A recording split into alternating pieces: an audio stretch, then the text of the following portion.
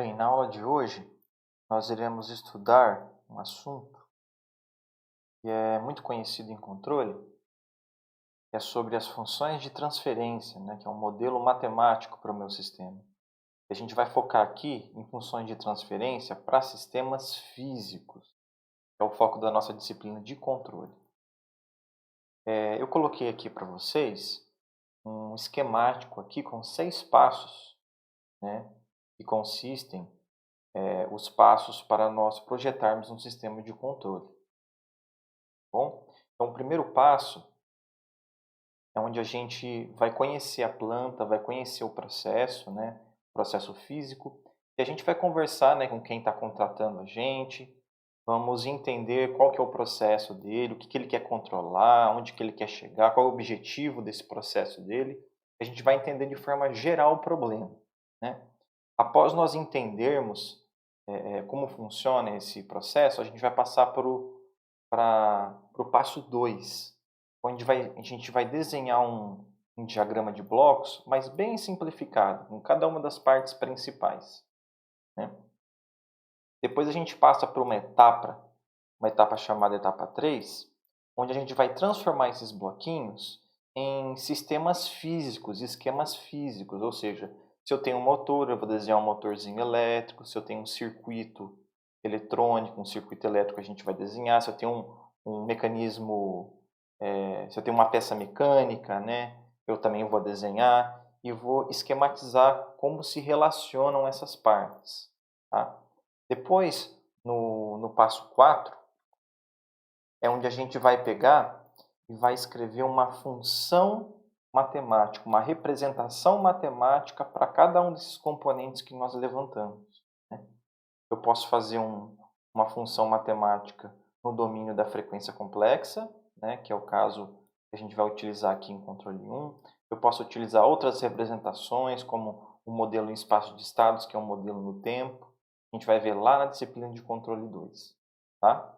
Seguindo esse passo 4, a gente tem a etapa 5, onde a gente vai utilizar a álgebra de blocos, que a gente já aprendeu aqui também na disciplina, para a gente poder fazer alguma simplificação, reconhecer alguma malha fechada de controle, alguma malha aberta, uma realimentação, né. Então a gente vai estar ajeitando o nosso sistema para a gente conseguir modelar isso aqui num programa computacional, num software, para a gente poder fazer as simulações. E por fim, o último passo é onde a gente analisa, estuda o sistema, a gente vai projetar algum sistema de controle para poder atender a especificação de projeto que nos foi dado, né. Mas na aula de hoje a gente vai ficar preso a ao passo 5, que é o levantamento matemático da minha planta, dos meus componentes, tá.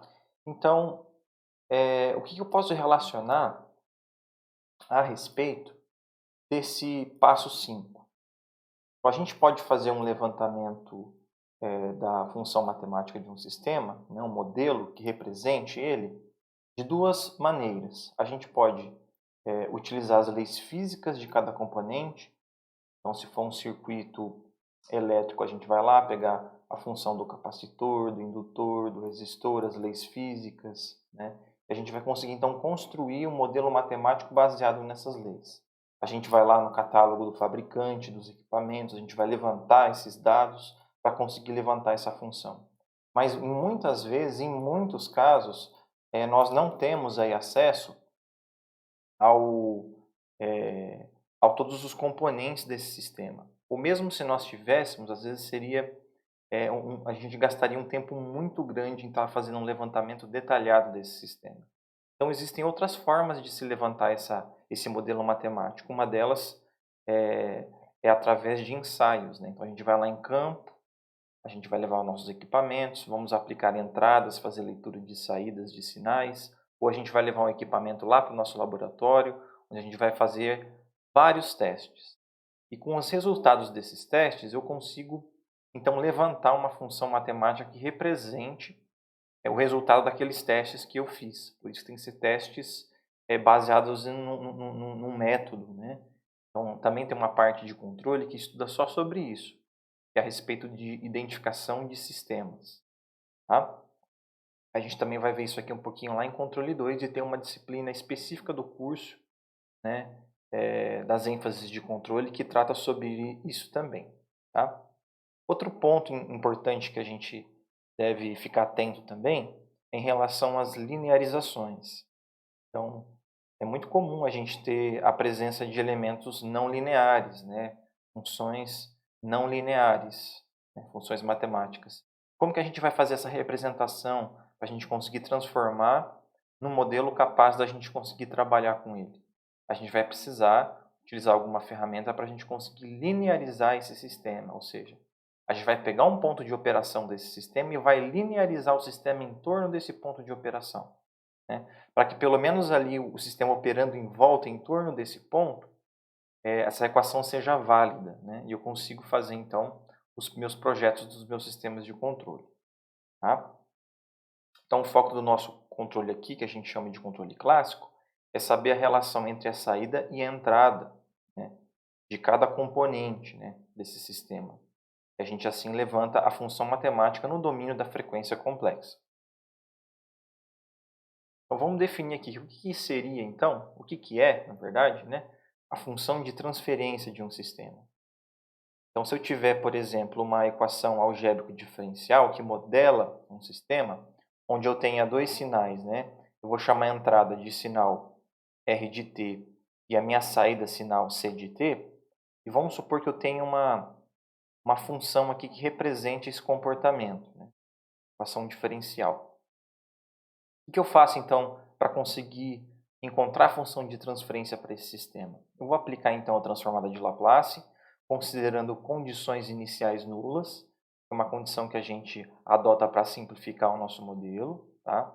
É bem comum ser feito aqui. Então, o que a gente faz? A gente aplica a transformada de Laplace, coloca em evidência, né, no lado esquerdo aqui o sinal C de t, que vai virar o sinal C de S. No lado direito, a gente vai colocar em evidência o meu sinal R de S, né, no domínio da frequência complexa. Então, eu posso colocar a relação, né, de C de S por R de S é igual a uma função g, que eu vou chamar isso aqui de função de transferência, e é uma relação entre dois polinômios. Ó. Então, em cima, no numerador, eu tenho um polinômio de ordem m, e no denominador eu tenho um polinômio de ordem s. Ok? Então, eu posso fazer uma representação no formato de diagrama de blocos, onde eu coloco a minha função de transferência dentro do bloquinho, né? Eu coloco o meu sinal de entrada aqui com uma setinha entrando no bloco, e um sinal saindo aqui, né, do meu bloquinho, que eu vou chamar de saída. Agora, todo mundo aqui é modelado na frequência complexa. Então, eu tenho aqui uma função de transferência do meu sistema, né? Eu posso classificar em vários tipos de função de transferência. Então, se eu considerar esse sistema em malha fechada, bem famoso aqui, conhecido também, vocês estão vendo já ao longo da disciplina, vamos supor que eu tenho um sinal de entrada, né? Eu tenho um sinal de saída aqui, C de S, eu tenho um sinal de erro aqui, né, vindo do meu somador, eu tenho uma função de transferência aqui, um modelo matemático, né, G de S aqui, para algum componente. No caso aqui vai ser minha planta, controlador, atuador. Né? Aqui eu tenho uma realimentação, eu tenho uma função matemática H de S, que pode modelar, por exemplo, a dinâmica de um sensor. Né? E saindo aqui eu tenho um sinal B de S. Tá? Então a primeira função de transferência que a gente vai definir aqui, que eu vou definir para vocês, é a função de transferência de malha aberta. Ela relaciona dois sinais, o meu sinal de realimentação B de S com o meu sinal de erro E de S. Então, tudo que tiver entre esses dois sinais, né, eu vou chamar então de malha aberta. O que eu tenho então entre E de S e B de S? Eu tenho a função G, e em série, né, em cascata, eu tenho a função H. Então, eu posso falar que a minha função de transferência de malha aberta é o produto de G de S vezes H de S. Essa aqui é minha função de transferência de malha aberta. Tá? Qual que é outra função que eu posso retirar aqui desse sistema? É a função de transferência de ramo direto, que é a relação da minha saída com o meu sinal de erro. Né? Então, quem que eu tenho entre o meu sinal de erro e a minha saída? Eu tenho um único bloco aqui nesse sistema, que é o G de S. Tá? Então, quem que é a minha função de transferência? É a própria g de s aqui. A outra função que eu posso levantar aqui desse sistema é a função de transferência de malha fechada, também já conhecida de vocês, né? Que é a relação entre o sinal C e o sinal R, a minha saída pela minha referência, né? Então, a gente já viu a dedução dessa expressão em outras aulas, e a gente pode escrever a função de transferência de malha fechada por g de s sobre 1 mais g vezes h. Lembrando que esse sinal positivo aqui, ó, ele é mais porque aqui eu tenho uma realimentação negativa, sempre é o sinal inverso, né? Eu posso chamar, então, de zeros da minha função de transferência todos os valores, né, de S que levam essa função para zero. Então, se eu observar a minha função aqui, né, um exemplo, vamos ver a função de transferência de malha fechada aqui, né? Vou falar que os zeros dessa função são todos os valores de S que levam essa função para zero. Quais são esses valores? São exatamente as raízes do meu numerador aqui, ó. Tá? Meu numerador que é o g de s. Qual que é a definição de polos dessa função de transferência? Os polos eles são definidos pelos valores de s que levam a função para o infinito. Quando que isso acontece? Quando que vai para o infinito essa função? Né? Quando eu tenho aqui embaixo um valor zero, um valor nulo. Ou seja, são exatamente as raízes do meu denominador da minha função de transferência. Então, eu tenho os zeros da função e tenho os polos da função. Tá? Então, aqui eu também posso ter um polinômio aqui, ó, na função de transferência de malha aberta. Eu posso ter zeros e polos de malha aberta. Eu posso ter aqui também zeros e polos do ramo direto, assim como eu posso também ter polos e zeros da malha fechada. Ok? Então, agora, o que a gente vai fazer? Vamos partir já para os exemplos físicos, né? Vamos levantar as funções de transferência de alguns sistemas aqui. O primeiro sistema que eu coloquei para vocês é um sistema aqui mecânico, né? Sistema mecânico translacional. Eu tenho um sistema mola, uma mola com uma constante K, né? Uma massa aqui, um bloco com uma massa M, e eu tenho um amortecedor aqui com uma constante VF aqui. Tá? Então, aqui, quais são as variáveis que eu tenho aqui para esse sistema, né? Expressamente aqui eu tenho um deslocamento x, que é o deslocamento da minha massa. Se eu tiver a derivada de x, eu tenho a velocidade da massa, e a derivada segunda de x, eu tenho a aceleração dessa massa. Eu tenho uma força externa puxando aqui essa massa aqui. Então, eu tenho uma entrada aqui, que é uma força aplicada na minha massa.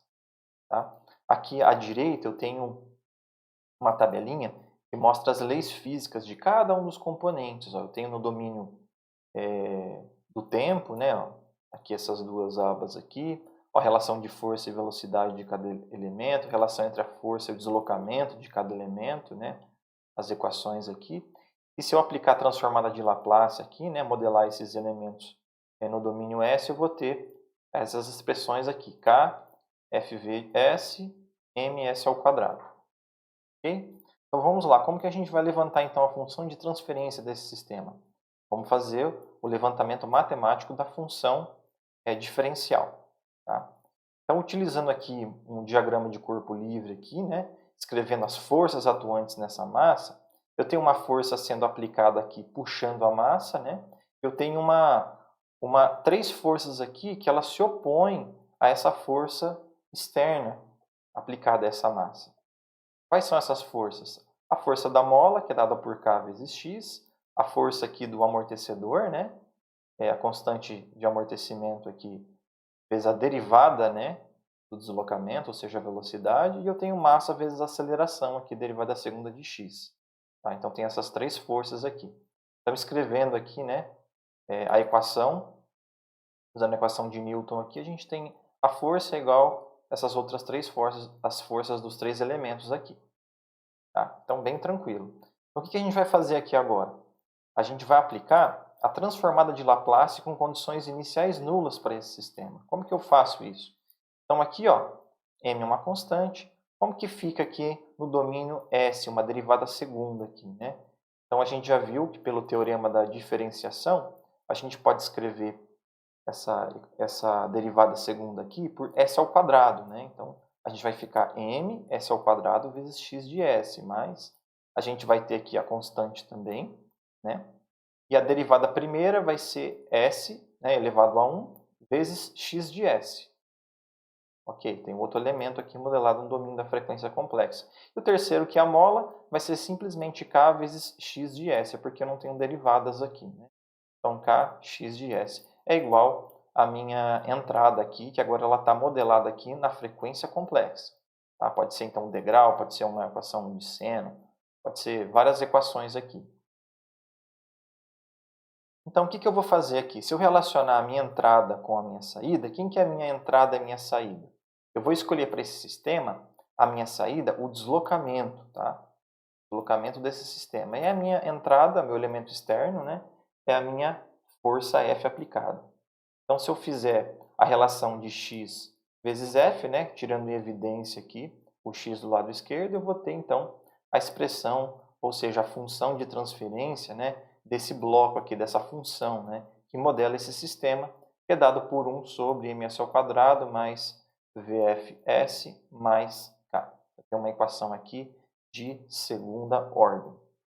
Tá bom? Então, aqui eu consegui levantar minha função matemática. Através dessa função, né, a gente pode, então, encontrar a resposta desse sistema para o comportamento tanto do deslocamento, quanto da velocidade, quanto da aceleração.